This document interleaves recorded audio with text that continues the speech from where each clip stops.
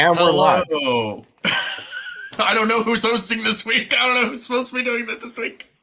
You go for it. Go for it. Okay. Welcome, everyone, to the first ever and maybe last Cover One Roundup trivia spectacular extravaganza. I am your current host, not Alex Trebek. I am David Fox, and here with me is a wonderful cadre of Cover One content peoples. We have our usual co-host, Kyle Silagyi, in his wonderful Britney t-shirt. We have a usual ad reader for our podcast, Mr. Greg Tompsett. We have the fantastic and updude Thomas DeLaus. And we have the ever not great at trivia, Chris Kepner, with us. Gentlemen, how are we doing? I'll start with you, Kyle, since you're the one who's usually on here. I'm alive. I'm ready to play some trivia.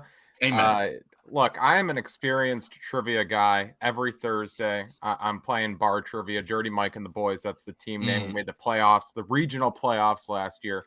We didn't show up. But like, it's not just like, we didn't show up to play. We physically did not like show literally up to play. physically. Yeah, we physically did not go to the playoff game. Much like the Bills last but no, they would have been better off doing that. But no, you guys do not understand. It is embarrassing how much I need this, how much I need to win this. But I'm ready. I'm ready to go. I'm ready to win. Greg, how are you doing this evening? I'm just here as a fellow millennial drinking my prime energy drink. I just, I wanted to get the hat out and like fully do the hello kids. But I'm excited. I'm really pumped. I had a phase where I did what Kyle did and had a weekly trivia team and was very much excited about that. And I'm looking forward to tonight as well. Wonderful. Thomas, first time on the podcast. How are you? That's right. I'm good. I found out that I'm within a day of having an ice maker in my refrigerator. That's big time. Very excited. Bougie Tired ass. of filling ice trays for the last 5 years, though. We are on the up and up. Pain in the ass. It really is. And also, I can confirm that the Bills have signed Leonard Floyd per rep sheet. Thank you. Oh, thank you. Thank you, Tom. I've been waiting for that all day. We're triple sourced now. That way it's fully confirmed. All right. Chris, how are you? What's up? I'm doing all right. I got the multi-sensory handwriting tablet ready to go. Nice. Oh man, that's really smart. I have like 3 of those downstairs. That's what I needed for this. It's got bumps and stuff, so my writing is nice and crisp. And I got the Mr. Sketch watchable marker in case I write on my hand. Oh, I should have gotten an Etch-a-Sketch. That would have been fun. You could have really used the fullest of those 60 seconds that we're getting to answer each question. Yeah, right. All right. So before we get started, we're gonna do our usual ad reads as we do. But we're also, before we even do any of that, actually, Kyle, do we want to do ad reads? Do you want to do that before? Just get that out of the way. I don't even know if we're still. Greg, do we still do ad reads? Yeah, no, it's fine. Okay. It's funny that you bring that up. We probably need to like reconfirm and update each of those policies and where it is. None of those are dead. All of those are still producing. For anyone who does sign up, it does produce revenue. We still have partnerships with each of those companies. However, we are probably going to update a few of those things. Great. We have a new one for Ed Oliver too, right? Greg, can you do the That's a Cover One chat inside joke. Trademark pending. Trademark. That's right. So we'll get started with everyone's favorite fantasy sponsorship, and that is Underdog Fantasy. Folks, did you get to draft Josh Allen in your home league this year? No? Are you dumb? If you use Underdog Fantasy's Pick'em contest, you can win money predicting if Josh Allen will go over his yard totals, his touchdowns, completions, and more. If you think Allen to Diggs will blow up this week, you can put them both in your Pick'em. If you think Allen to Kincaid is going to bring you a bunch of money because Diggs is obviously going to leave us. You can predict up to 5 different over-unders correctly to win 20 times your original money. If you use the promo code COVER1, that's the number 1, when signing up to make your first deposit, Underdog will match that deposit up to $100. That is a free $100 US. Even with inflation, that's a great deal. If you use the promo code COVER1, sign up today and start winning today. Thank you, Underdog. Did y'all see that? I'll get Greg out of here momentarily. Did you guys see the Stephon Diggs TikTok that's going around? No, it was Nope. Oh my! You guys haven't seen this? Okay, so he's not at OTAs. It's because he's at an Amish festival or something. It's incredible. There's a TikTok of him with a bunch of Amish people. I love that. Doing exactly what you would expect Stephon Diggs to do. That's fun. So yes, Greg. People think he's mad at the Buffalo Bills and doesn't want to play here. In fact, it's not that. He has no electricity. That's exactly what it is. He doesn't know. That's the right. thing. Do they have? No, I'm not getting into the Amish. Okay. It's like churning butter. He's doing CrossFit and stuff. Hell of a thing for Greg to return to. I'm not getting into the Amish. Speaking of Greg, I brought my VTech. There we go. Oh, nice. There we go. Let's throw it to Greg. This show and Cover One in general is also brought to you by BetUS. We will hear about from now via definitely a live feed of Greg Tompsett. Hey guys, Cover One is excited to announce our new partnership with BetUS. BetUS has live wagering on all major games, the best betting variety in the business, and an easy deposit and withdrawal process with the fastest payouts in the industry. Our loyal Cover One fans get a choice between 2 exclusive offers, either a 125% sign-up bonus on your first deposit up to $2,500 or a free $50 bet with no deposit required. Just use promo code COVER1 on the links provided in the show description below. BetUS, where the game begins. Thank you. All right. Quick change. I took the hoodie off very quickly. Yes. We're going to have a lot of trivia to get to. So let's just quickly talk about Ed Oliver signing and then also Leonard Floyd, just so we can get the actual stuff out of the way. And then we will get into the actual meat and potatoes of the episode. So David, do you want to talk about Ed Oliver, or do you want I would love to talk about Ed Oliver because the very first episode that I was asked to do for this podcast was after the 2021 New Orleans Saints Thanksgiving game on Thursday Night Football. And I had the strange notion and audacity to write out in my absolutely garbage handwriting, Ed Oliver is good, and put it on the screen. And that's actually my I think that's been my cover banner for Twitter pretty much since that moment. And it's been that way because it's true. Like, Ed Oliver is a good player. I was very surprised that they re-signed him, and especially now, right? Like, I figured if there was going to be a re-signing, it was going to be maybe after 2022 or 2023 rather. It felt very interesting that they signed him. And, this is not some like cheap deal, but it's also not some like, oh, he's being paid top of the market deal, right? Like, this is a very like, there's definitely a risk being taken by the Bills, just because like you take a guy in the top 10 to be a 3 technique, somebody that can really be disruptive and really create a lot of chaos on the defensive line. And like, he's been good for stretches. He's been good in games. It's hard to say that he's had like a full season of like, yeah, that's why you got Ed Oliver. Right. Like, there's been games, I mean, especially on Thanksgiving, right? Like, I mean, that was part of the reason why I made that time to begin with. It was like 2019 was like when he was a rookie and he had those couple plays against Dallas, just awesome. It was just like, that was why you drafted Oliver. And 2021 against the Saints, he was great. Last year, he gets that tackle for loss, and then the safety against the Lions. I mean, just there's times where he makes really great plays. It's just there's other times all the time. Clearly that's the solution here. One Bills drive, take notes. We know you're fans of the podcast. But it's about finding that full season of consistency. It's about, trying to get him to be the guy that you really want him to be.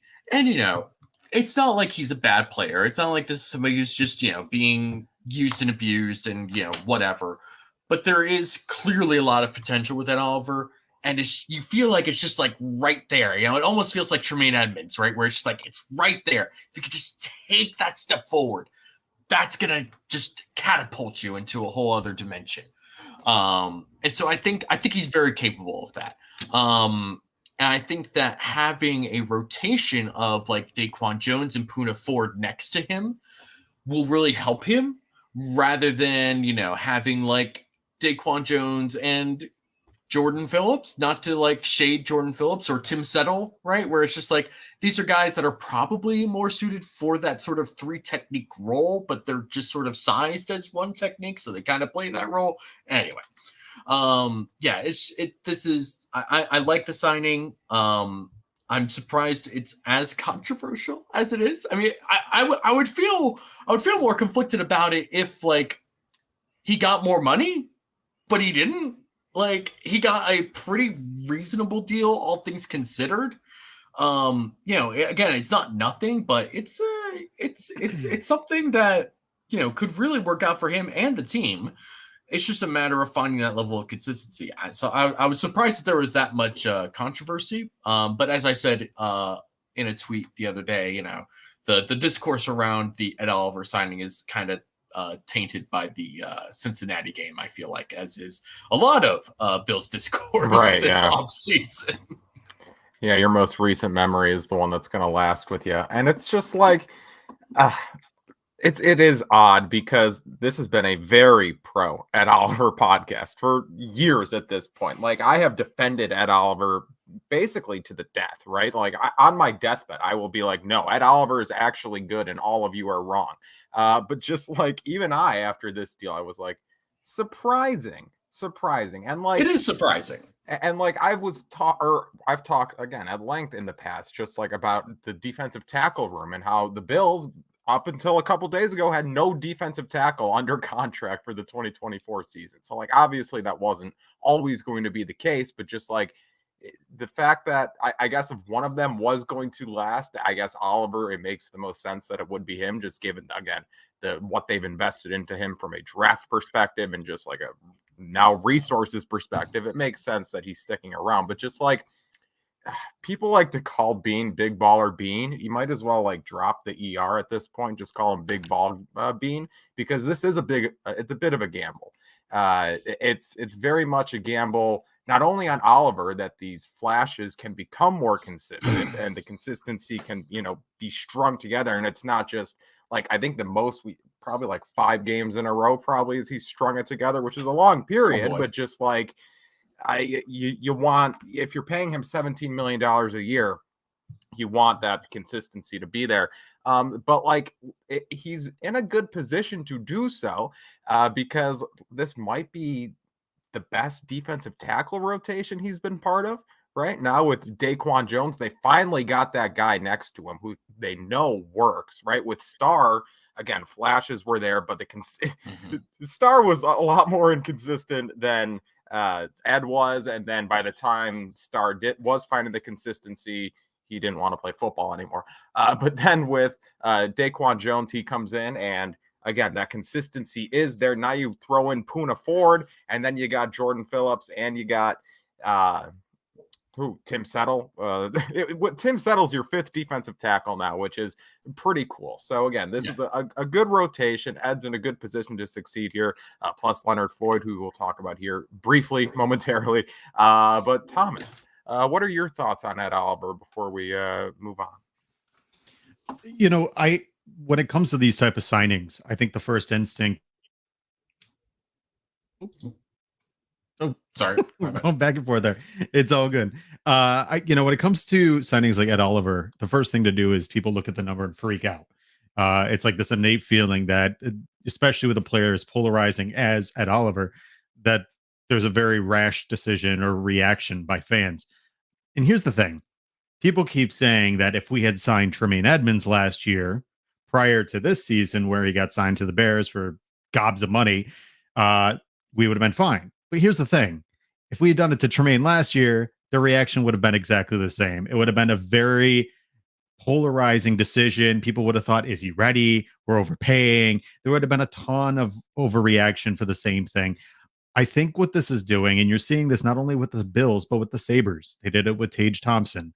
They did it with Dylan Cousins, right? They're betting on themselves for the fact that if it works, and Brandon Beane today on Pat McAfee's show said he believes the best football is ahead for Ed Oliver. That tells you everything you need to know, for one, that they believe in Ed Oliver, and that they're banking on that. Because guess what? Right now, Ed Oliver is what, the 11th or 13th? I've heard all different numbers as to where he is ranked in his AAV for this contract. If that is in fact the case, and we saw how quickly guys get new contracts, he's going to fall further and further, just like Josh Allen right now is so far down the line for quarterbacks. That's fantastic. That's a good problem to have. And at the end of the day, we have no defensive tackles that are under contract next season. So if you're getting a guy that is in system, he's homegrown, they talk about, drafting, developing, retaining. That's what you want to do. If we keep letting guys walk out the door, that also puts a certain notion to free agents or other players that we don't sign our own. And people still look, and so here's the thing, is I think there's this feeling that Ed Oliver's a terrible player. He's not. Analytics show that he's not a bad defensive tackle. Has he had inconsistencies? Absolutely. But there's a lot of variables and context to that as well. First game of the season last year, high ankle sprain. I don't know if you've ever had a high ankle sprain, but those don't just go away in a day. In fact, a lot of times they don't really ever go away, and sometimes they can linger for the rest of your life. It's just one of those injuries.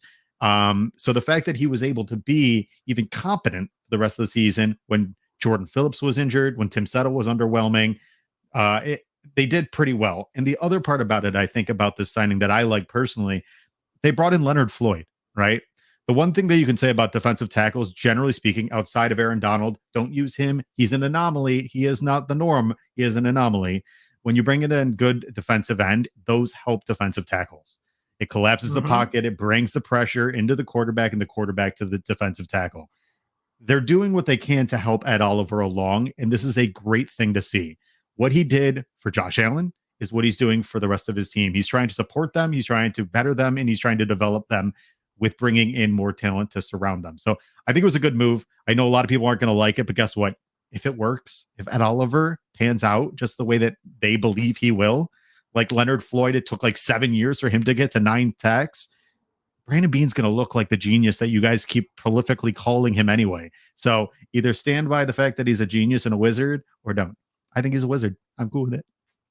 I love it. Yeah, I love that all off season we were talking, not we, right? Bill's Twitter, social media in general, talking about trading Ed Oliver and like getting rid of Ed Oliver because he's not very good. And like I talked at length about that on this podcast. It's like, if your argument is we're trading Ed Oliver because of resource management and you don't think we can trade him, sure. If you think we're trading him because he's not good, you're wrong. Right? You got to the right answer, wrong equation, right? You didn't show your work, but just like, and then the last couple days, there's been this social media narrative that he's not a hard worker, like his work ethic's bad. It's like, what? And then they sign him to a long-term extension. So it's like, okay, cool. Also, again, let's just get into the specifics of that contract quickly. 4 years. What was it? 68 million, 45 guaranteed. And then they also signed Leonard Floyd today, reuniting him, former Ram and former Bear, technically, reuniting him with Von Miller from their LA Rams Super Bowl run. Taylor Rapp also here, and a linebacker, or Trayvon Howard, right, who they just re-signed from there, or signed from that team.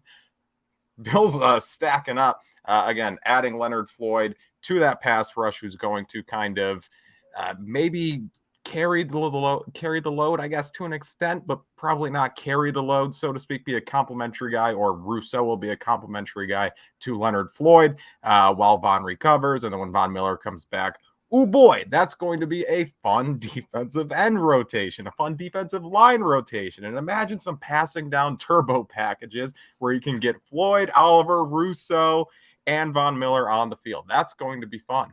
Greg, the salary cap, is it real? Wait, so this is my there we go. All right, it does work. Just checking to see if I can read. I gotta reverse my imaging so I make sure it's working. I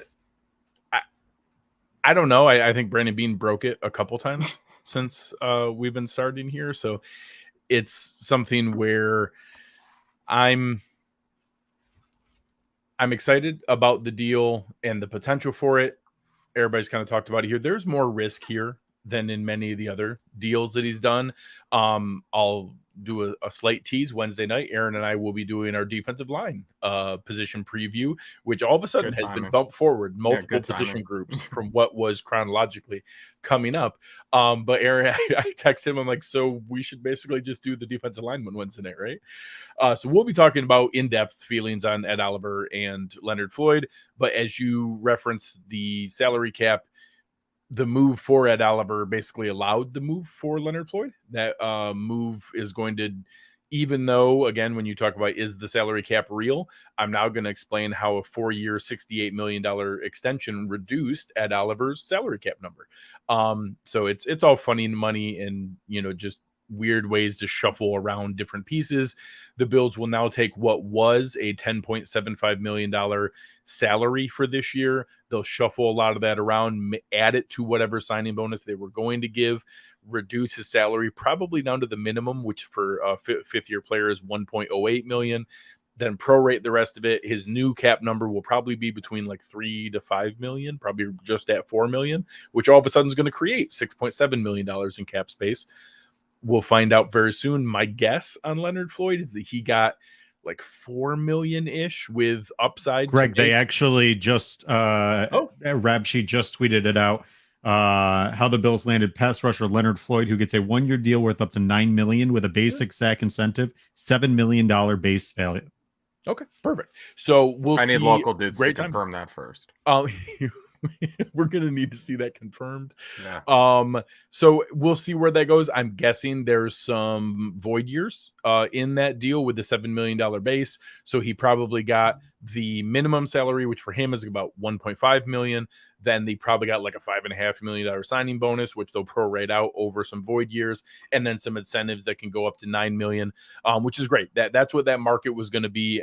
We've been talking for weeks that I had some preference, but I didn't honestly care whether it was Justin Houston, Yannick Ngakoue, Leonard Floyd, Robert Quinn, or Melvin Ingram. I wanted one of those 5. They were a tier above some of the other names. There's like 11 names out there in the market. I wanted one of those 5. I felt pretty strongly that however those guys got divvied out, someone was going to Baltimore, someone was going to Kansas City, someone's going to Philadelphia, someone's going to Dallas, and the Buffalo was going to get one of them. I just wanted one of that tier.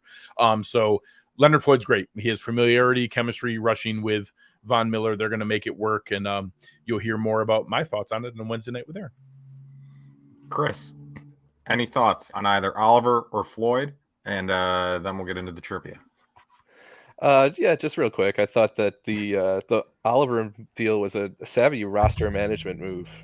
You lock up a guy for a few years at like probably a mid-tier salary level. By the way, I didn't want to. Yeah, I'll interrupt you because I didn't interrupt Thomas. A lot of the websites people are using, specifically SpotTrack, which is the most commonly used one, they're not good at position alignment. Like, for that purpose, Von Miller's an edge rusher for the Bills. They list him at linebacker. There's a bunch of defensive ends because of their 3-4 alignment, none more accurate than Draymond Jones. Draymond Jones is a defensive tackle. They list him at defensive end. So if you go through and you want to rank interior defensive linemen, I just kind of played around looking at like, oh, that guy's actually an interior defensive lineman, not an end. He's 17th right now. Yeah. So Ed Oliver is the 17th highest paid. That's actually below average of what, if you take the first 32 3-techs, he's already below the average payment. Yeah, that's what I was remembering you saying. It was 17th. And if you're paying, so, it could go a couple of different ways. Like, he's really good, and then we're paying someone who's like a top 10 or 15 tackle, something that's 17th or lower, because like Thomas was saying earlier, as more guys get deals, it just drops down further and further. Or he's average to below average, and then you're paying him like he's average to below average. I mean, obviously when you guarantee someone a bunch of money, there's the possibility that the floor drops out completely, but I don't want to live in that world. So it's not much different than when people look at quarterback numbers and they're like, oh my God, Daniel Jones is making what? Or, oh my God, Derek Carr's getting what? That's just what that position gets paid. All right. Trivia time. Let's play some that trivia. time. Also, Kyle, just to add something. Okay. You brought up Stefan Diggs, right? At the Amish Con 2024. They aren't Amish; those are Hasidic Jews. Correct. I believe so. I'm going to go out on a limb here. I believe someone's incredibly wealthy parent paid for him to attend a bummy. My guess is that he was a guest appearance. This is the end of the Cover One Roundup, everybody. We're going out on top. Let's play some trivia, baby. Let's get trivia started. David, I'm really disappointed with you, David, because that should have been the first trivia question. where was Stefan Diggs today? Kyle brought up Stefan Diggs at Amish Con. Which religion did he wholeheartedly offend? Okay. Great. What am I now going to get a legal notice about in the mail next week? All right. Dave, what are the rules of trivia? We found our new sponsor. Welcome to the Cover One Trivia Spectacular. No. Okay. Not brought to you by Showa. Bring it back. So here's how this is all going to work. We have 3 different categories. We have the 4 Falls era, right, which is talking about the 4 Super Bowls in the 90s. That's going to be the first category. We have the Drought era, and we have the Process era, which is our current, like Sean McDermott, we're actually fun and successful era. Okay, so we have 3 different categories. We have at least 5 questions for each category. How this is going to work for everyone that is involved: I will ask the question. You will be given 30 to 60 seconds based on the question. To answer this, you can either write it out on your little pads or child's whatever.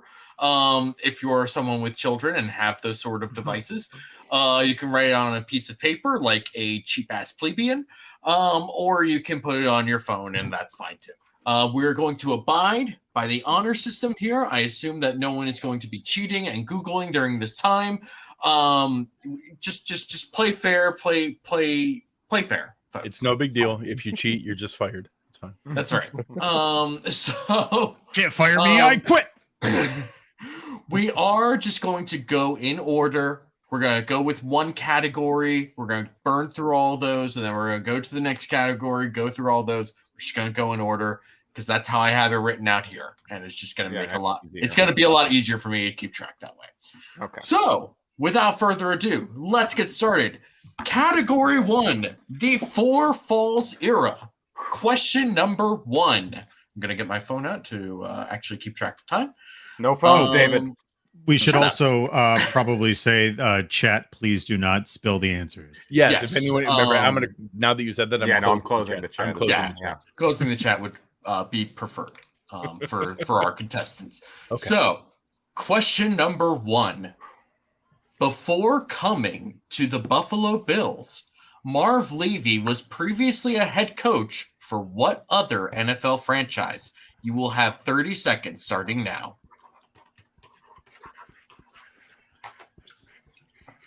All right. Greg is done. It looks like Chris is done.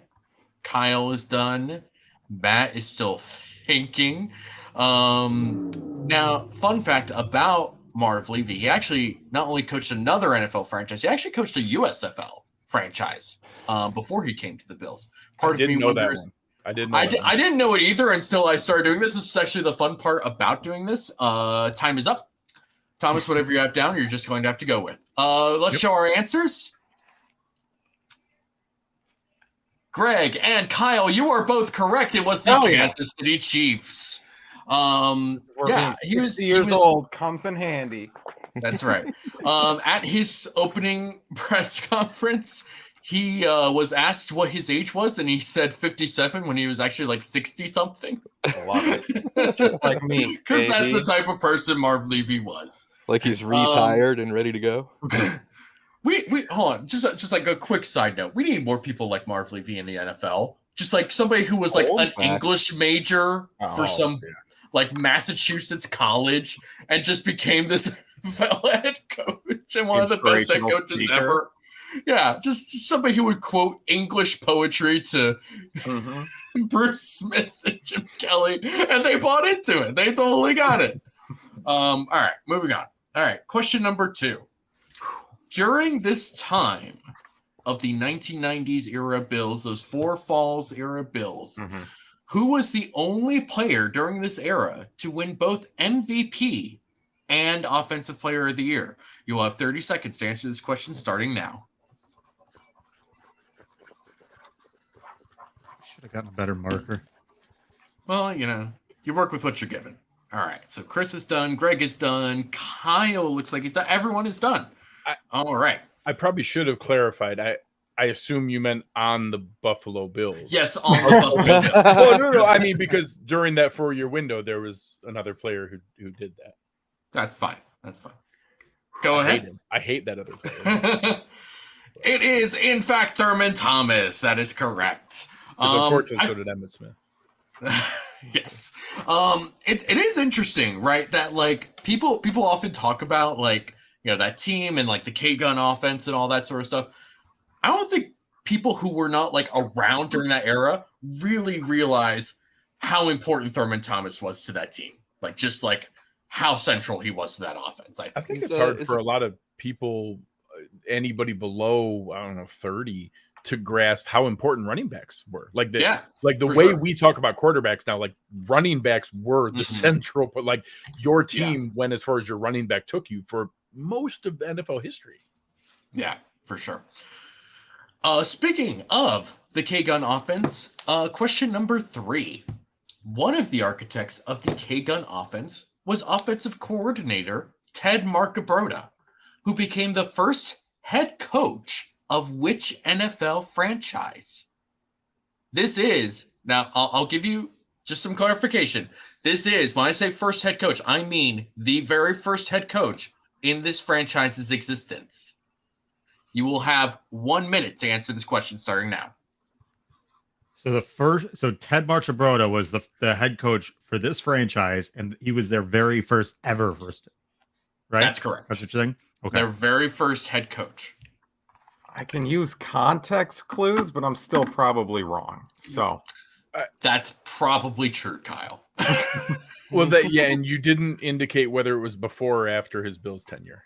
You didn't clarify that. Okay, so which is fine. I mean, you don't have to. No. We're going to pause. We're going to pause because that is important. This was after his Bills tenure. Okay. You have 30 seconds remaining. Okay. Unless we're all finished. Yeah, I'm ready whenever. Looks like Kyle is done. Chris is done. Thomas and Greg are still thinking. Yeah, I'm on the Kyle train. I'm context clues. There's only so many answers it could be. We're all good. Are we all good? I don't know it. Yeah. Okay, we're gonna pause. Reveal your answers.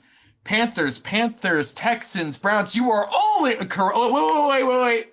No, you are all incorrect. Oh. I thought he was the head coach for the Colts, but I thought Chris kind of got it. You're the closest. It was the Ravens. I was gonna put the Ravens. 1996, the Baltimore Ravens. Oh, that's a good one. Yeah, thank you. I wasn't thinking of that as a different franchise. Yeah. I feel like people, when they think about the 90s like expansion, they think of the Jags and the Panthers first, and they just sort of forget that like the Ravens just sort of, they did make their them way into officially existence. right. They had to forfeit all Browns history, and they had to be the expansion franchise, and then the Browns got back their history. It's a good way to put it, David. All right, question number 4. There were 2 major key players to this franchise in this era that did not play in that first Super Bowl loss against the Giants. Who were they? You have 1 minute starting now. And you want both names. Say that question one more time. Okay, we're gonna pause. We're gonna pause to clarify. Also, I should probably be keeping track of points here. So, so everyone got the. I have Thomas. Yeah. At different times, you gave Thomas a gold star. Greg, 2 Shamrocks. We should put like a little. I think Kyle and I have. Wait. I might have a I conversion. think Chris and Thomas have 1, and I don't think anybody got question 3. So I think it's 2 to 2 to 1 to 1. I think 2. Greg, you got both, and then then nobody got the Ravens one. Hold on, wait. Chris, did you get both? I got both wrong. You got both wrong. Well, you got Thurman. Everybody got Thurman. Oh yeah, everybody right. has 1. Okay, so you got 1. Okay, everybody has 1. Okay, we're good. All right, so Kyle 2, Greg 2, Chris 1, Matthew 1. Am I correct? Yeah. Thomas, damn it. You get minus For 1. some, listen, minus 1. David. Minus 1 for me. Saber. I feel okay, so Not a gold mine. going back. All right, so 2 players from this era did not play in the first Super Bowl loss against the Giants. Who were they? What am I clarifying here? I forget now. So Which one did you read the question again? You are defining them as 2 key players to 2 that run that Yes, were not on the 1990 roster, but were key to the rest. correct. And you want both names. You will get a point for each name. So you have a maximum of 2 points that you can get. Okay, I'm restarting the clock. I'm already done. Oh, look at I'm you. going- I just wish I were old. I think I didn't want to waste another sheet of paper. It is Yeah, also it very did. possible that I absolutely screwed this up, so don't hold that against me. Okay. I'm looking forward to it. Okay, I think I'm good. I'm not sure I actually even understood the question, so I'm just taking a stab in the dark at this one. Fair enough. I'm 30 more seconds wondering remaining. on your definition of key. This is a little vague. If you want to challenge, we can have a discussion about that. Oh wait, yeah. Hold up. Because I'm going to Okay. write down 3 names that I think qualify. A 3. Now we're really cheap. Yeah, I'm stealing one. I'm stealing a point off that. All right, 10 seconds. And also, I made my names rhyme, kind of. And Your name's time. right. I know mine aren't right. Okay, let's reveal our exactly answers here. Don John Beebe, Fina Steve and Henry Christie. Jones. John Fina and Henry Jones, Biscuit and Lofton, Talley, Hanson, and Beebe. Okay, so Wow, lots of different answers. the people that I had down were Steve Christie and Phil Hansen. That's who I had written down. Okay. Yes, I got one. Which both So- for sure qualify. Those are both Yes, accurate. thank you. Steve Christie obviously was brought in after Scott Norwood missed the field goal. Phil Hansen was a high draft pick from North Dakota State in 1991. Both ended up being major contributors. So if you had either one of those, so Thomas, you had Christie or Hansen? No, I had Hanson, Talley, and Beebe. Kelly was there for all of them. Yeah. I just wasn't sure if Chris, he wasn't Chris, there. did for you the have first- either? I had neither. You're doing great, Chris. 0 points. You're doing great, Chris. Kyle and 0 Greg, points for Gryffindor. I had Christie. you did have Christie. Let me see if Don Beebe played though. Could I challenge? I might, You can. Let's because Don Beebe was the most key. I'm pretty sure he was on all of them. Don Beebe was Yes, he on was the here. team from Okay. '89. So, That's fine. and Greg, did you get That's either? I did. I wrote. I mean, I think John Fina was probably a stretch because I was looking is for a someone. I stretch. think Henry Jones counts. He started on 3 of We'll them. give you a half point. Yeah. It won't matter at the end. Wonderful. Wonderful. All right. Except for all the This- people that took Greg at 5.5. Yeah, no, my odds. Yeah, that's all right. I'm okay. I'm still Live Kyle's got betting. me by one right now. Please use I have BetUS if you're live betting Live on betting, the live betting. cover one. Yeah, use promo code cover1. Yeah. All right, this is the last question. I think this is a pretty easy question. I could be wrong. Okay, wonderful. The Bills had the very first game in NFL or were participants in the first game in NFL history where neither team punted one time. Who did they play against? Oh, piss off. Done. Ready.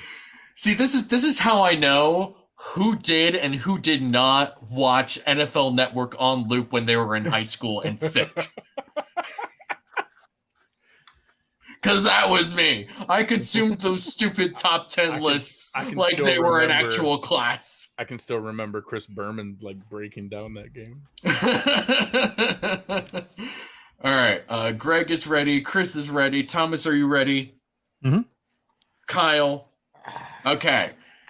The Niners. Oh my gosh, Chris, you're killing me. No, I said Browns. I got back in the lead, baby. Back in the lead.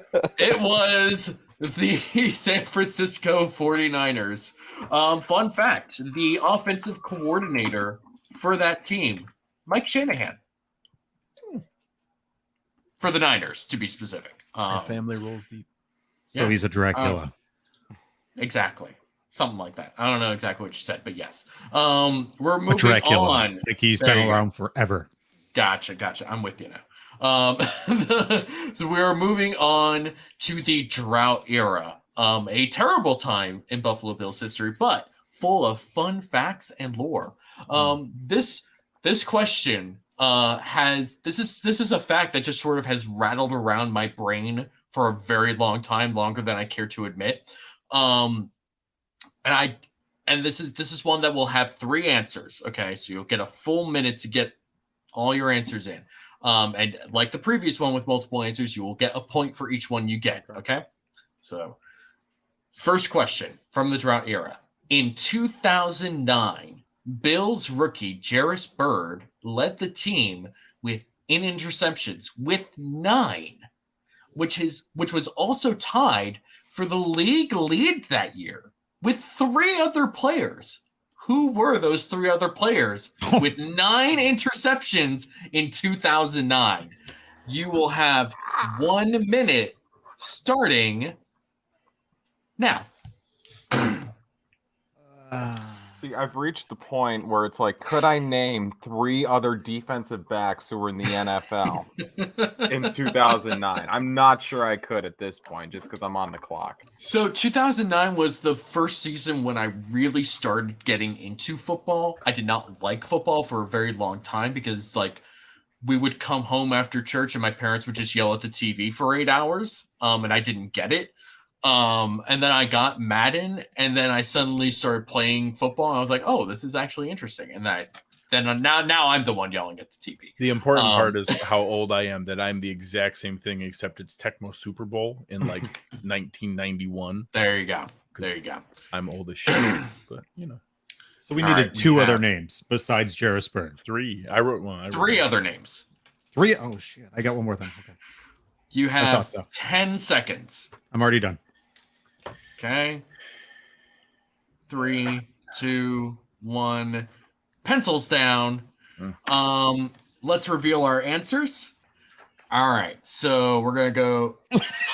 Lafayette Christ. Thank you, Chris. So Thank you, good. Chris. So Tylon and Troy Polamalu, neither of those are correct. Revis, Asamoah, and Cromartie, none of those are correct. Lafayette Pitts, thank you for participating, Chris. Ed Reed, Brian Dawkins, and Champ Bailey. There were absolutely 0 correct answers for this question. Charles The Woodson. correct answers are Charles Woodson with 9 interceptions with the Green Bay Packers. Asante Samuel with 9 interceptions for the Philadelphia Eagles with Sean McDermott as his defensive coordinator. That's right. Oh, that's wild. And serial rapist Darren Sharper with 9 interceptions with the Saints, with the Super Bowl champion Saints. When I was doing Champ Bailey, I was debating Charles Woodson and Champ Bailey. I'm annoyed.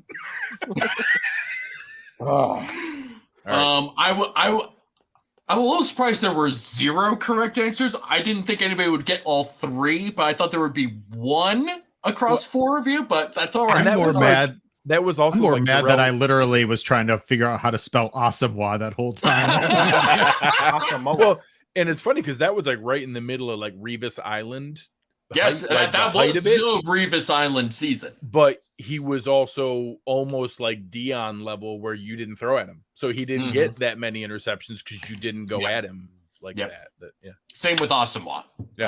Honestly, it's crazy. He was such a crazy rise and fall of a player. Yeah. At that point, I think he was on the Raiders, right? Yeah. Or was he on the Eagles? Yeah, he was on the Raiders. No, because he sucked with the Eagles. Revis had 6 that year. 6 that year. He had 6 that year. I thought he had 4. but that whatever. Yeah. Not right. Not 9. Not 9, which is important. Chat room is killing the experts. Thank you. In question number 2, in the drought era, how many? This is a 2-part question, by the way. How many head coaches were fired during the season? Bonus if you can name their interim head coaches. Wait, which year? During the drought era. Who was fired during the season? And who were their interim head coaches? You will have 1 minute starting right now. Oh, Jesus. Bills? Yes, the Bills. Thank you. Really? Yes, Thomas, the Bills. This is like being in therapy and they're like asking you to go through I've already blocked all of this. Oh my God. Like See, this is why I love this, because this stupid, dumb trivia is already just like permanently burned into my memory. So there's no leaving it. There's no leaving at this point.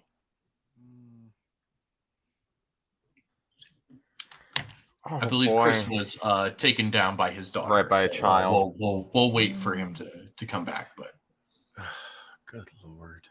I love it. All right, what if I get the number wrong, but I name their interims, and what if I'm flawless? I just forget one or two. So there's 4 points available: the coaches who were fired and the 2. Never mind. I got them. The interims that were placed. You have 10 seconds. We're good. This is also being merciful. I should have stopped this a couple. 5, 4, 3, 2, 1. All right. Hell, Reveal your answers. Okay. So we have Kyle with Jerron and Perry Fuel, and Ryan with Anthony Lynn. That's Anthony Lynn. Those are the correct answers. I'm just so annoyed with myself because I don't for some reason, that last rec stretch doesn't compute. It is 100% drought. It is drought era, but it didn't. I'm thinking did Malarkey get fired during the year? Or did Greg Williams get fired during the year? And until it got to where there was 2 and Kyle said that, I had the 2 seconds to write the word Rex. That's all I could get down. I couldn't get out the. I couldn't get out Lynn. So Greg, you had Jerron. Jerron and Fuel and Ryan. I didn't write down Lynn, so I only got 3 points. Chris, do you have your answer? I don't. I have no answers. I'm gonna take it. Kyle has now retaken the lead, I believe. That is correct. Huge swing. Yeah. Huge swing. That is the turnover in this. It's like a kick return, basically. All right. Moving on, you can erase your boards. So, question number 3. In 2013, the Bills coaching staff would shockingly have 3 coaches on their staff that would become head coaches for other NFL franchises. Who were the coaches and where were they head coaches? So there's a total of 6 points available here. Okay? Coaches and where they became head coaches. You have a minute starting now.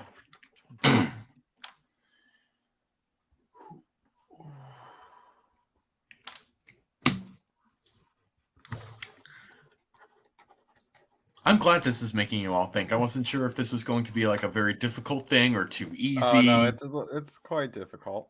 I'm 100% on 2 of them, and I stabbed the third one. Okay. I think that makes sense. That doesn't add up in my mind, but I'm doing it. Okay. No, it 30 seconds. All right, I'm looking at some of the chat answers, and wow. Okay. Some of these are not correct. Come on, Kyle. I might have 6 points on my board here. I have 4. Okay. 5 seconds. I for sure have 4. 4, 3, 2, 1. Pencils down. So everybody has Marone and Hackett, and who got the defense coordinator right is the question. Okay. Schwartz. Okay. So here's the thing. Greg, You have 2 correct.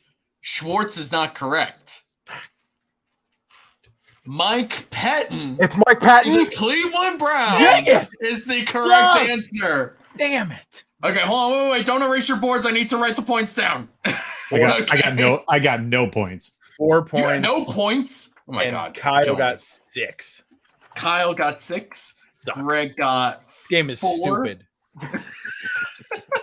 I couldn't remember if Anthony Lynn was on that coaching staff. Yeah. So 2013 was Marone's first year. He brought in Nate Hackett, his best buddy, to be his offensive coordinator. He brought in Mike Pettin from the Jets to be his defensive coordinator. Mike Pettin was there for 1 season. He set the sack record in that single season, which was broken a year later by Jim Schwartz. And then Pettin was there for 1 season and became the head coach for the Browns.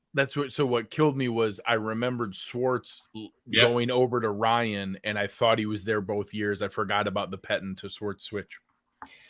Boo. Yep. Oh man, Kyle's got like a 2.5 point lead. Do you want to give a point update? So right now Kyle has 13 points, Greg has 10.5 points, Thomas has 5, and Chris is just having a good time. Thank you, Chris. That's what Chris I'm here is for. just happy to be here. All right, moving on. Question number 4. The 2002 season began against the New York Jets, much like the 2023 season is going to begin. The Bills lost this game in 2002 in overtime because they had given up a touchdown in what way for the second time in that game? You will have 30 seconds to answer this question, starting now. What was I doing in September of 2002? To answer RJ Melville, Pettin was not one and done. He actually had 2 seasons in Cleveland. And he was done in because he gave the defensive play calling duties to Jim O'Neill in his second year. And that was just a disaster. Because Jim O'Neill, God bless him, longtime NFL coach, probably really good with linebackers, but he was terrible as a defensive coordinator. You have 5 seconds. Quarterback. 4, 3, 2, 1, and time. All right. We have 1 correct answer here, and it is Thomas with kickoff return. Oh, damn. Impressive. Leon Washington returned Oh, hell yeah. a kick That's right. in overtime for a touchdown. Thomas gets another point on the board. He is at 6 right now. I'm back. Alrighty. Comeback season. Brutal game for the Bills. That was a classic Greg Williams game, if you ask me. All right, moving on. Question number 5. In 2010, the Bills lost 12 games. There's a lot of numbers here, so I need you guys to keep track of this, okay? The Bills lost 12 games. 9 of those games were to playoff teams. 6 of those losses were by 8 points or less. 4 of those losses were by 3 points or less, with 3 in overtime. Who were the 3 teams that the Bills lost to in overtime that season? Bonus, if you can name the team that they lost to by another 3 points. You will have 1 minute to answer this question, starting now. They lost to an overtime plus a fourth. A fourth team that they lost to in regulation. Think about 2010. Yeah. These are actually all playoff teams. All 4 teams are playoff teams. Think about 2010. Think about who was in the playoffs that year. I think I'm just going to hedge my bets. You're just going to write every team? Wait, okay. What? Yeah. Yeah. Okay. I think I've got this. Okay. You think you got it? Okay, Thomas is laying it we're down. supposed to write down complete guess. So, and you were supposed to do 4 teams. 4 teams. The key here is the 3 overtime teams, though.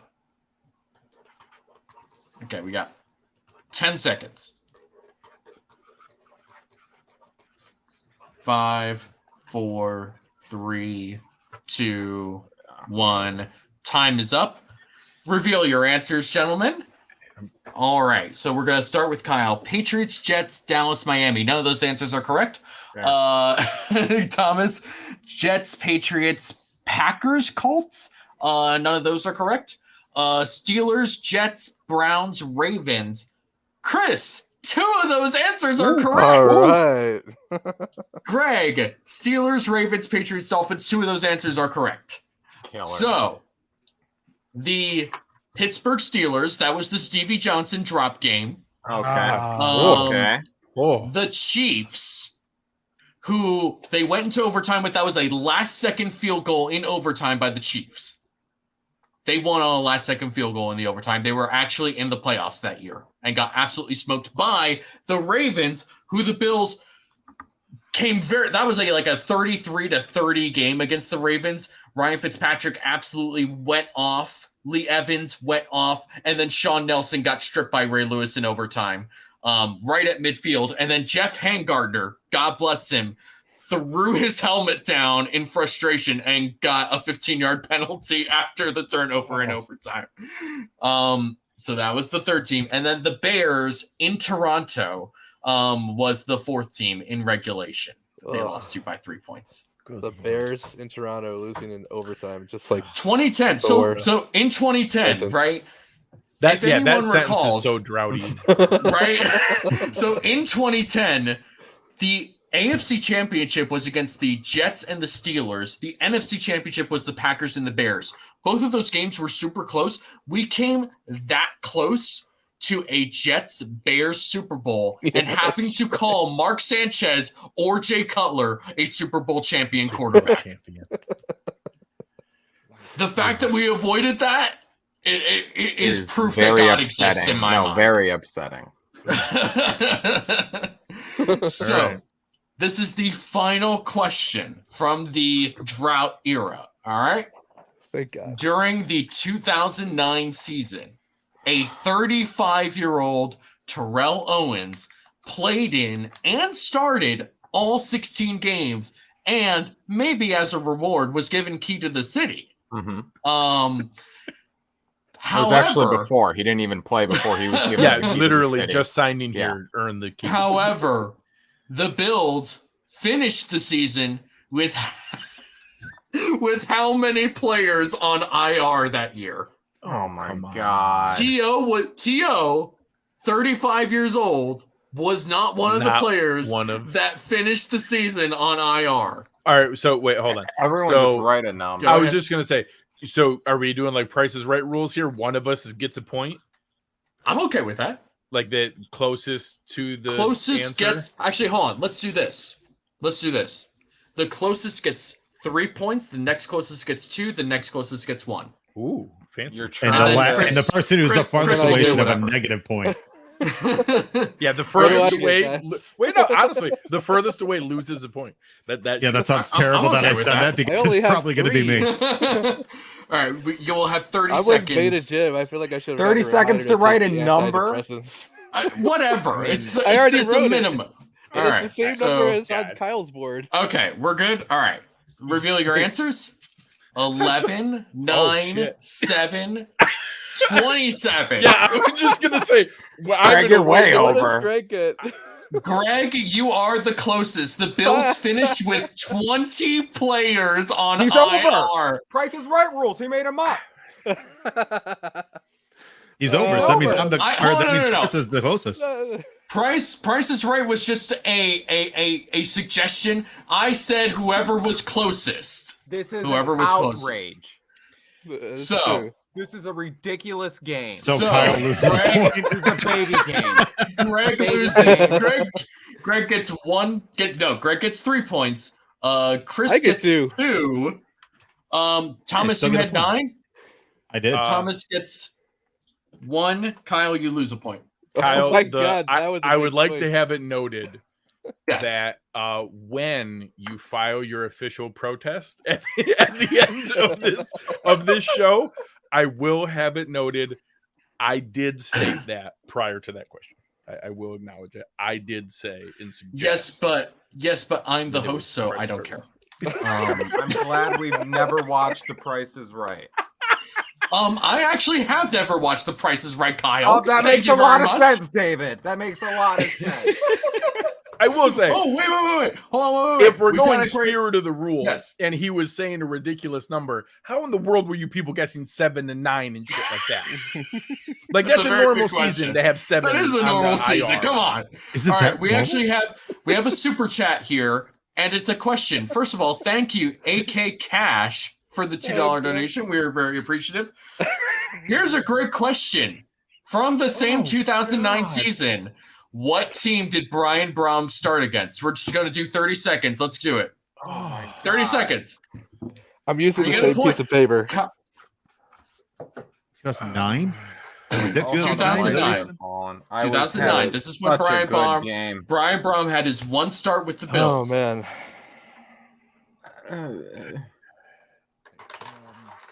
I got nothing. 10 seconds. I'm trying to remember. I don't even know if they played this team. I was just gonna say I wrote down like Falcons, and then I was like, well, they probably didn't even play them. So Greg, unfortunately, you were correct. It was the Falcons. Yeah. They played them in week 15. They lost 37-7. What are the and odds? Actually 37-7. Here's a great thing. After this podcast, look up crazy blocked field goal Bills Falcons. There's an unbelievable play that the Bills make right before halftime. They block Atlanta's field goal. They've lateral it back a couple of different times. George Wilson comes this close to the most ridiculous touchdown you will ever see. And Reggie Corner did not actually lateral it. He fumbled it, so he couldn't advance it. I've seen that replay float around. That's been passed around a couple times. It's one of the most ridiculous plays that just didn't count. It's amazing. It's awesome. All right. By the way, that 2009 team had 30 interceptions, and they finished 6-10. Is that the team that started 0-7? No, the 2010 was the 0-7 or 0-8 start. Yeah, 2010 started 0-8. 2009 was the Patriots Monday Night Football game. Was that the Jaguars year where it was the 96-yard touchdown to T.O.? 98-yard. That was T.O.'s longest career touchdown. Longest career play, actually. Yeah. All right. We're moving on to the final category. This is the process era. So we are starting in 2017 when Sean McDermott became the head coach. So we're going to start with a fun one, maybe not an easy one. And maybe we can do hold on. Maybe we could do the same sort of rules. Whoever gets the closest to the number will get 3 points. I can feel Kyle seething. And then successive points will be awarded from there. Okay. Nate Peterman is one of the worst quarterbacks to ever grace the game of football. Interesting. During his time with the Buffalo Bills, how many interceptions did he throw? Are we counting playoff interceptions? Are we talking preseason too? We're counting career interceptions, so I'm assuming this includes playoffs. Okay. So you will have you 1 looked minute up starting career now. interceptions. I'm gonna guess it's only counting regular season. Okay. Give or take one is what I will He had one in the playoffs. It's correct. Yes. Okay. Yes. Yeah. Move. Let's go, folks. Shout out to Jordan Porter's driver, $4.99 for the super chat. Thank you very much. That's awesome screen name, by the way. Awesome screen name. Awesome. All right. So Greg is done. I'm not entirely sure. Thomas seems to be done. Kyle is still deliberating. Okay, we're done. All right. So I reveal your answers, he gentlemen. against Chicago. 10, 12, 13, and 19. Jesus Christ. Okay, so this is great because Kyle is correct. He got exactly the correct number. 12. So Kyle is awarded 3 points. Here we go. We're 15. back. So Thomas gets 2. Thomas he has gets 9. 2. I get 1. and Kyle and Greg gets 1, so he has 14.5.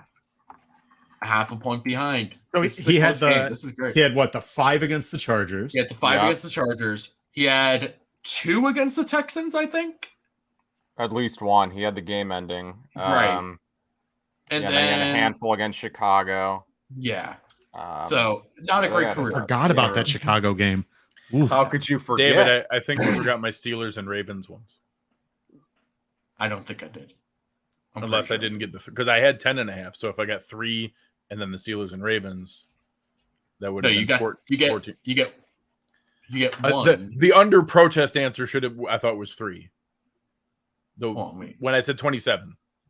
Yeah, you got 3 for that. That would have been from 10.5 to 13.5. Steelers and Ravens would have been 14 to 15. This would have been 16. I'm gonna go with that. I'm not gonna argue with our numbers guy, especially the guy that pays me I have 19 points, David. Hold on, Kyle's pretty sure he has 37. Yeah. I'm not gonna argue with the man who pays me every month. I would have because Kyle had 13, and then we had the question under protest. I don't think I'm pretty sure of the playoff team ones, and then this one he got the most, so he should be at 16. I'm at 15 points according to good. The -1. Okay, the -1 on the. That's right. Again, the question under protest. Okay, that sounds right. We're gonna move on. Okay. Do you want to go through the points real quick? Just so very serious trivia. Right now, Kyle has 15. Greg has 16.5. Thomas has 9, and Chris, you're doing great, bud. You can say it. I got 3. Well. I'm proud of that. Chris has 3. Chris has 3 those points. Points are magnificent. Okay. So, question number 2. Sean McDermott's first pick as head coach of the Buffalo Bills was cornerback Tre'Davious White. Yes, the Bills have put as many cornerback 2s opposite Trey White as possible. Name as many as you can that have started games opposite of Trey White. There are 1, 2, 3, 4, 5 different answers that you can put here. And so 5 points are available. 1 minute starting now.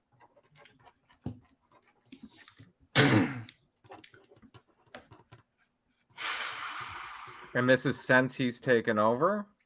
This is since Trey White has become a starter for this team, which was in week 1 of 2017, which was McDermott's first year. And there are only 5? Yeah. At least as far as I know. Oh, boy, because I think I can name a lot more than 5. You can name a lot. I mean, there might be others, but these are the 5 that I have. So, did he start a game? I'm putting him in parentheses, and I'll have to Google that. Okay.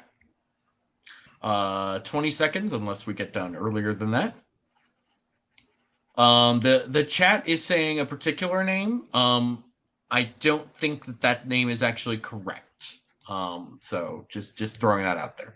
5 seconds. 5, 4, 3, 2, 1. Actually, hold on, wait. Before we reveal answers, I am going to throw a 6th name out here that the chat, thankfully, threw out here. So there are 6 answers. My apologies. We'll call that a freebie. Thank you to Psalms 8, 4 through 9. Who's the guy who walked off on us in mid-game? Fuck, I didn't get it anyway. I didn't get it either. That is genuinely erased from my memory, so we'll call that a wash. Okay. All right, let's reveal our answers. All righty. So we have Kevin Johnson, Philip Gaines, Levi Wallace, Kyrie Elam, Dane Jackson, and Ryan Lewis. I'll Google Ryan Lewis in 2018. Okay. So it looks like. So Kyle, how many was that? I named 6. I don't know how many I got right. So I definitely missed 1 in Josh Norman. That was definitely my fault. I totally forgot that Josh Norman was on this team. I also forgot Philip Gaines was on this team. Right here, by the way. Right? Oh, yeah, 100%. Okay. We're on the same page here. So Kyle got the most. No, Kyle got 6. All 6. So I'm going to give Kyle 6 points. Yeah. Greg, you got 3? I got 3. Is that correct? Okay, so we're going to go 19.5. Okay. All right. And then Chris 5. Chris got 4. He added Chris got Lafayette 4. Pitts again. Nah, Pitts. Chris got 4. I would not. I'll take that. I would have And gotten Thomas Pitts got if he 4. started. Okay. All right. So that's great. Good job, everyone. Lafayette Pitts is just literally every answer now. I totally forgot. I totally forgot Philip Gaines started in that game against Baltimore because that game is absolutely 100% erased from my memory. All right. Moving on. How about this one right here? Nathan Peterman had 13 interceptions. Well, then that was probably the one playoff interception that we talked about. Yeah, that would have been the Jacksonville playoff. Correct. This is all bogus. So yeah, spin, eat that spin zone. That's the new catchphrase of the Cover One Roundup. Eat that spin zone. Okay. Sorry, we love you, Spin. You're a very strong supporter of us. We love you. All right, moving on. Question number 3. Eat that. Question number 3. The Bills' 2018 season was awful. It was headlined by a horrible offense. In week 1, who were the Bills' 3 starting wide receivers? And in week 17, who were the Bills' 2 starting wide receivers? So there's 5 points available. You will have 1 minute starting now. Can you say the beginning? Was it 2018? Is that what you're talking about? 2018. 3 starting wide receivers in week 1, 2 starting wide receivers in week 17. Who were those starting wide receivers? Oh man, there's a medley of who it could be. Okay.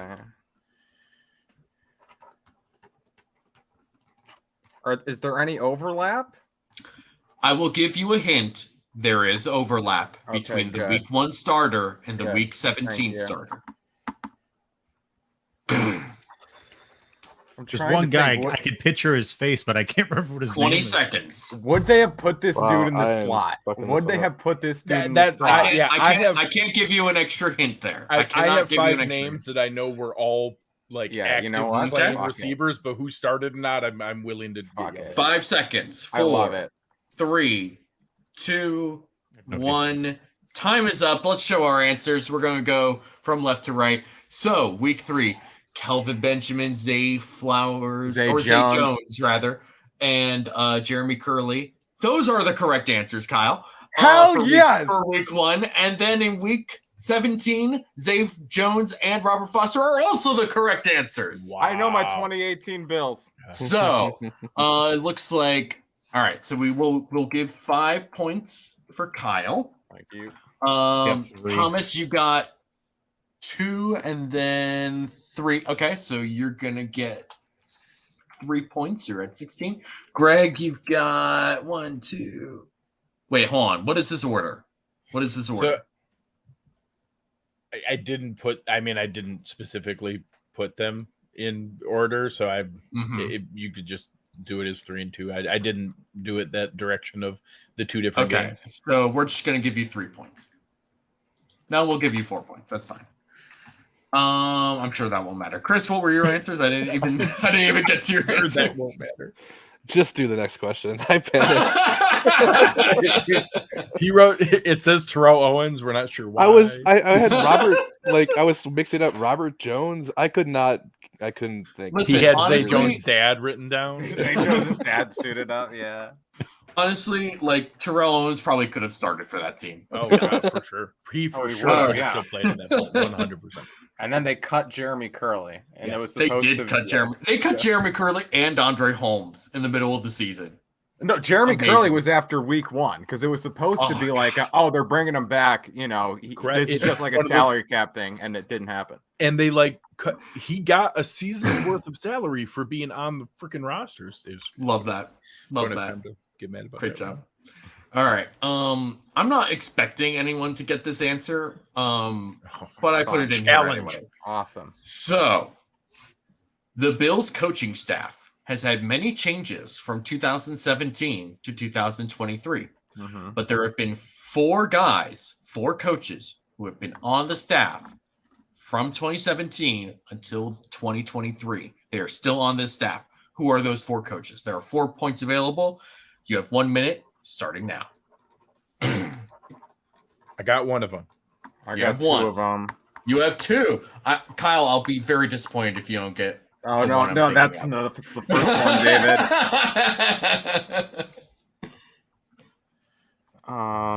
One of these was actually kind of surprising to me. It's kind of interesting. All right, does Sean McDermott count? Can I say absolutely not? Oh, McDermott doesn't count. These are specifically assistant coaches. Let me. I wrote down Sean McDermott, and you can't stop me. That's fine. It's wrong, but that's fine. I will not award you any points, but that's fine. You can do what you like. These are specifically assistant coaches. I'm not trying to trick anyone by saying, "Oh, Sean McDermott hasn't changed Sean McDermott as head coach in the 6 seasons he's been here." No, he's gone. What if one of them was like an intern at the time? I don't think that will count because I think who you're thinking of was not actually an intern at the time. So 5 seconds. I wrote him down anyway. Oh, yeah. 3, 2, 1. Time's up. Reveal your answers, gentlemen. Alrighty. So here's who we got. Oh, Rob Boris, son of a bitch. Rob Boris. Number one fan of the podcast and number one fan of Rob Boris is me, by the way. Yeah. Was on the team from 2017. Bobby Babich was another one who was on the team since 2017. So Kyle will get 2 points. Okay. How about John Butler? Okay. No, John I think Butler he was after. Was not on the team in 2017. Bobby Babich was. Kelly Skipper was as well. So Greg, you also get 2 points. Thomas, you have Babich and Washington. Washington came after like 2019, I want to say. Mm-hmm. So he is not on there. So you have 1 point. So wait, so who's the one name we haven't gotten yet? So Chris has Bobby Babich, Eric Washington, Ken Dorsey, and Gund. So you get 1 point. So the 4 names are Rob Boris, tight ends coach, Kelly Skipper, running backs coach, Bobby Babich, DB's coach, and now linebacker coach, and Matthew Smiley, former assistant special teams coach, now the special teams coordinator. Okay. Wow. All right. Sneaky bastard. All right. That goddamn half point is going to come back, and Greg's going to win because of a half point. This is the final question. Oh, my God. Is the half point in play right now? You got me by a little bit right now. You've got me by a decent amount. However, when you got all 6 of the runners that you pulled. This is the last question. Okay. Who has played under Sean McDermott as a player and is currently a coach on the team? You have 1 minute starting now. While he was a Bill, he played under Sean McDermott? This player played under Sean McDermott as a Buffalo Bill and is currently on the coaching staff. It's a Buffalo. 2023. Yeah.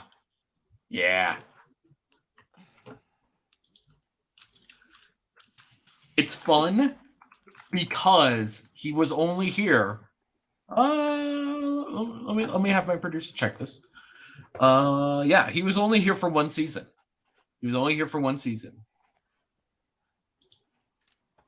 Can you tell me what season he was here? 20 seconds. Okay, cool. Can you tell what position he plays? Absolutely not. Oh, God. I don't remember. I'm also going to double check to make sure that he actually is a coach on this team. I'm like 100. I'm like 99% sure. I'm not trying 10 to think seconds. Like, was he like this somehow Ken Dorsey played for the Bills at one point or something? I don't remember this guy being a Bill, but I'm gonna go for it anyway. I kind of think like one guy that was in the NFL. Yeah. That's... Hold on, I'm trying to. I swear I've seen this before. Wait, David's got to figure out if this is real. All right, hold on. I'm putting this up here because I am Googling right now because I need to know. Okay, I thought he was. I know he's been on the coaching staff before. It does not look like he's currently on the coaching staff. Okay. Right okay. I think. I'm gonna triple check right now. Hold on. Please. I was like, was Al Holcomb in the NFL or something? Hang on. Okay. Yeah. I know he was on this coaching staff at one point in time as an intern. Please reveal your answers. Kyle Shermer, Kurt Coleman, Vontae Davis, and Al Holcomb. Good answer, Chris. It was none of them. It was starting nickel corner in 2017, Leonard Johnson. Leonard Johnson was a coach here? He was a coaching intern. As one of the... I guess last year or the year before. I remember seeing this when I set this up. But I guess you act surprised that he was a coach. I'm surprised he was a player. You don't remember that either. I love Leonard Johnson because I remember that was like Aaron Quinn's guy that year. Wow, was Leonard Johnson as they went through from various middling player. Well, I remember, 2018. I was not, or after Taryn went down, I think I was like, call Leonard Johnson. I was just, coaching assistant Leonard Johnson in 2017. There you go. I almost wrote Jim Leonard. So, the final tally is Kyle wins with 28 points. Greg, second place with 25.5 points. And Thomas with third place at 17 points. And Chris, God love you, got 8. All right. Congratulations, Kyle. Well played, sir. Good job, played. Kyle. Thank you. Thanks for inviting us on your show. So this was a lot of fun, man. Thank you all for joining us. This needs to be an off-season tradition. We need to do it does. This was fun. It was fun to do this. It was fun coming up with some of these questions. I wondered if we needed to make it like a league, NFL whole trivia, if we just needed to make it about the Bills. But once I came up with the idea of doing the different eras, I was like, we'll just go with that. I was just gonna say, you could do as far as this is a really fun format to do stuff. There's no chance you could do Leonard Johnson questions for guests coming on, or that depth of question for other franchises. Yeah. But there's something here. This is fun. You also never touched on the Chan Gailey Buffalo Bills, and I'm incredibly disappointed. That's not true. The 2010 question with the overtime games, that was Chan Gailey's first year. Oh, that's right. I actually think of him in about that when I was 2011 because he was so good. I remember I was actually thinking about that when I was making these questions. I was like, oh, I really love those Chan Gailey Bills. There should be a question in there. And I was like, oh, right. All those stupid losses that they had that year. I'll just make something about that. I'm just now scrolling back through the chat looking at we had a lot of really good answers. There's a lot of really good answers. I heard good answers. Spin is questioning my victory. I still need the panel to eat crow for trying to take a jab. So no, he's wrong. not questioning your victory. He's questioning my Nate Peterman question. Well, no, because he's saying funny how the Nate Peterman question where he got it wrong got him the victory. I said 12. So he threw 7 picks in 2018, 5 in 2017. That adds up to 12. Right. That's what I said. And I did say before. I said his career with the Bills. I very specifically said his career with the Bills. Spin is trying to add his 1 interception with the Bears. That does not count for this question. Therefore, I still think Kyle would have interceptions. I was going to say, even if he did, he would have got 2 points instead of 3. Thomas would have got the 3 points. Kyle still would have got 2. We're still here. And then we're still where we need to be. Yeah. Okay. There's no need to protest it. The Price is Right rules did not come into play. You should have one final question where you have to that you could have wagered. Wager all your points. So where you could wager your points. I really wanted to have some cover 1 Roundup lore questions, but then we never ended up doing that. So whatever. That's okay. Yeah, and I would have widened the gap because I was just gonna say I'd be really disappointed if Kyle didn't get this correctly. If I knew that better than Kyle did, we would answer. It would have been interesting. It really just would have been a secret test to see who actually watched it. Right. Yeah. Yes. I need to know who's paying attention. All right. Thank you all very much for joining us for this. This is a lot of fun to put together. I guess we did have a good time. Yeah, this is great. This was a ton of fun. Thank you all for coming on. We're gonna go in order, signing off. Kyle, where can the people find you on Twitter? What do you do here? Hi, my name's Kyle. I host this podcast sometimes, and you can find me on Twitter at Kyle Silagyi. Thomas, where can the people find you, and what do you do here? You can find me on Twitter at the Thomas DeLaus, just like you. right there. You can find me on Buffalo Late Night every Thursdays at 9 p.m. This Thursday, you see, we're doing a training camp preview. Nice. Chris, where can the people find you, and what do you do here? Oh, what's up, guys? I don't really tweet, but I'm on Twitter. I do Spaces with Aaron Quinn on Friday mornings, and then actually I do a lot of stuff on the Cover One Playback platform, which this Friday, Kyle and I and Adam Pencil, we're going to be doing a throwback game, a Watch Party Classic. It's the 2006 Game 1 Sabres versus Flyers. 6:30 on Friday. It's going to be fun. It's a playback.tv/Cover One. They also have the app in the App Store now, so you can download the Playback app and look for Cover One and find us there. Wonderful. Greg, where can people find you? What do you do here? I talk into microphones. You guys can come find. I lose to Kyle. Yeah, I lose to Kyle. So you guys can go find Aaron and I on Wednesday nights doing our Cover One Buffalo podcast. As we kind of hinted at earlier, we'll be doing our defensive line breakdown this week that will leapfrog. We were going to do wide receivers, but obviously with the news of the last couple of days, we're going to be jumping into defensive line, talking about that Oliver extension and now the Leonard Floyd edition.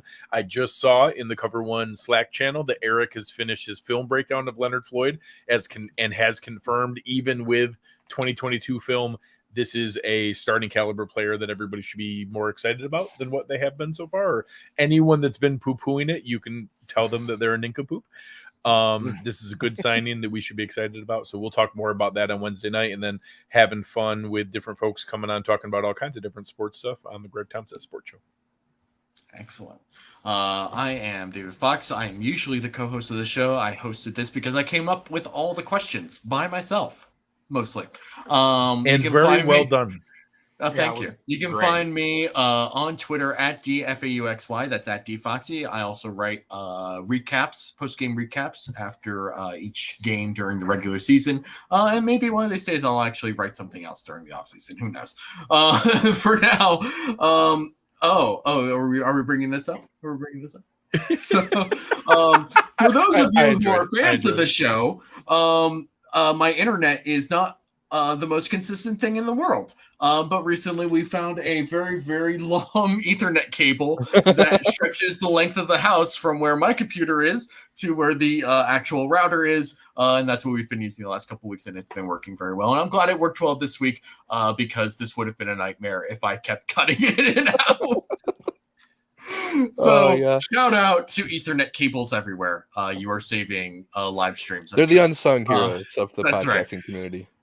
For the Cover One Roundup, we are done. We'll see you all next week. Hopefully, we're working on a guest. We'll see if that actually works out. We'll see you all next week. Bye-bye.